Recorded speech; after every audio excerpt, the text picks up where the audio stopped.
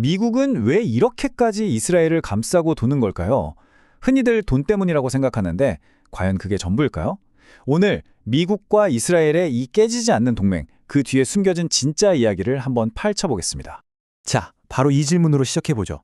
미국은 왜 방어할 수 없는 것을 방어하는가? 요즘 벌어지는 일들을 보면 정말 이 질문을 던지지 않을 수가 없습니다. 온 세상이 제발 좀 멈추라고 애원해서 겨우 휴전에 합의했는데 몇 시간도 안 돼서 이스라엘이 레바논에 폭탄을 퍼부었죠. 전 세계가 이건 아니라고 한 목소리로 비난하는데 딱 한 나라, 미국만은 이스라엘 편을 들었습니다. 아니, 인구 3억 4천만의 세계 최강대국이 왜 인구 900만 명의 작은 나라 앞에서 이렇게 쩔쩔매는 걸까요? 이 이상한 모습 대체 왜 반복되는 걸까요? 가장 먼저 떠오르는 설명은 역시 돈입니다. 아주 간단한 이론이죠. AI팩 같은 강력한 로비 단체가 친이스라엘 성향의 정치인들에게 어마어마한 돈을 뿌리고 그 대가로 의회에서 이스라엘에 유리한 표를 얻어낸다는 겁니다. 마치 자판기에 동전 넣으면 콜라가 툭 튀어나오는 것처럼 정치인에게 돈을 넣으면 찬성표라 툭 튀어나온다는 거죠. 그런데 말이죠. 이 간단해 보이는 돈 이론은 숫자를 조금만 깊게 들여다보면 힘을 잃기 시작합니다. 유대계 미국인은 미국 전체 인구의 딱 2%에 불과합니다. 아시다시피 민주주의 국가에서 진짜 힘은 돈이 아니라 투표용지에서 나오잖아요? 이건 너무나 당연한 산수죠. 98대 2. 게임이 될 리가 없습니다.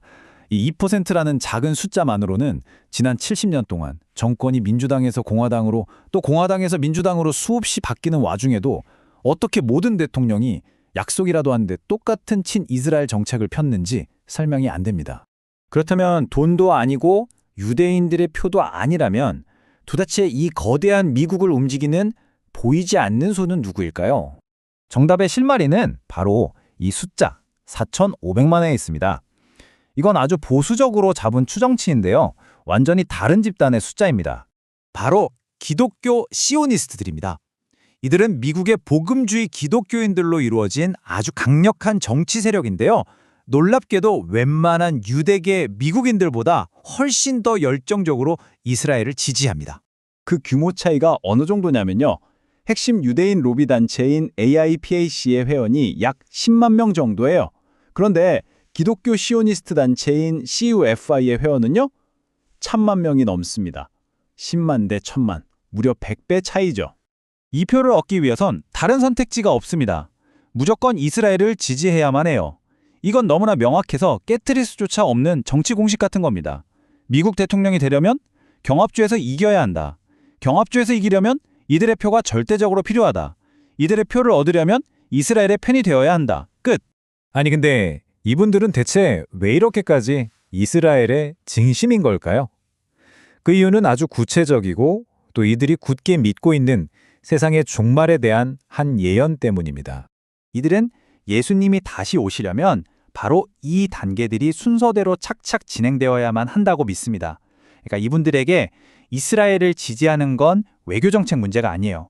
자기 자신의 구원, 즉 천국에 가느냐 마느냐가 걸린 문제인 거죠. 비유하자면 마치 천국이라는 놀이공원에 들어가려면 입장권이 필요한데 그 입장권을 받기 위한 미션들이 바로 이 단계들이라고 생각하는 겁니다. 그리고 바로 이 성경 구절이 이 모든 믿음의 가장 단단한 기반입니다. 이스라엘을 축복하는 건 정치적 선택이 아니라 신의 복을 받기 위한 신성한 명령인 셈이죠. 수십 년 동안 이건 그저 하나의 믿음, 하나의 해석에 불과했습니다. 그런데 1967년에 이 예언을 무서울 정도로 생생한 현실로 만들어버린 사건이 하나 터집니다. 모두의 예상을 깨고 다윗과 같던 작은 나라 이스라엘이 이집트, 요르단, 시리아라는 골리앗 연합군을 단 6일 만에 박살내버립니다. 이건 초등학생 1명이 고등학생 3명을 상대로 이긴 것과 같은 말도 안 되는 싸움이었죠. 이 결과를 본 기독교 시오니스트들은 그야말로 열광했습니다. 이스라엘의 기적 같은 승리, 특히 예언의 핵심 장소인 예루살렘을 되찾은 것은 이거 봐라, 성경의 예언이, 신의 계획이 우리 눈앞에서 실제로 벌어지고 있다는 너무나도 확실한 증거였던 겁니다. 바로 이 지점이 핵심입니다. 그들의 종교적 열광과 믿음이 곧바로 미국의 막대한 돈과 최첨단 무기로 바뀌어서 이스라엘로 흘러들어가기 시작한 거죠. 보이지 않던 신념이 이제는 눈에 보이는 미국의 외교 정책 그 자체가 된 겁니다. 그리고 바로 이 지점에서 우리는 정말 소름 돋는 몇 가지 아이러니와 마주하게 됩니다. 한때 인류 역사상 가장 끔찍한 학살의 피해자였던 민족이 이제는 수많은 사람들에게, 심지어 미국인 60%에게 잔혹한 가해자로 비치고 있다는 이 역사의 역전. 참 씁쓸한 현실이죠. 이게 무슨 뜻이냐면요. 전 세계가 중동에 평화가 오기를 기도하는 바로 그 순간에도 미국 안의 이 강력한 세력은 지금 벌어지는 끔찍한 전쟁을 예언이 이루어지고 있다는 반가운 신호로 본다는 겁니다. 마치 천국이라는 새 집을 짓기 위해 중동이라는 낡은 건물을 빨리 철거해야 한다고 믿는 것처럼요. 평화는 공사를 늦추는 방해물이고 전쟁은 완공을 앞당기는 과정인 셈입니다. 자, 그럼 오늘 이야기의 핵심 딱 3가지로 다시 한번 정리해 보겠습니다. 첫째, 미국의 이스라엘 지지는 돈이 아니라 4,500만 기독교 시오니스트들의 표가 진짜 동력이다. 둘째, 이들의 지지는 예수의 재림이라는 종교적 예언에 아주 깊게 뿌리내리고 있다.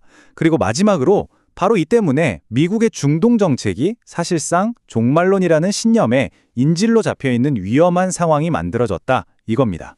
결국 이런 질문을 던지게 됩니다. 이 깨지지 않는 어쩌면 종말을 향해 가는 이 동맹의 미래는 과연 어떻게 될까요?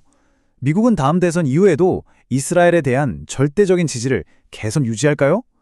여러분의 날카로운 의견을 댓글로 남겨주시기 바랍니다.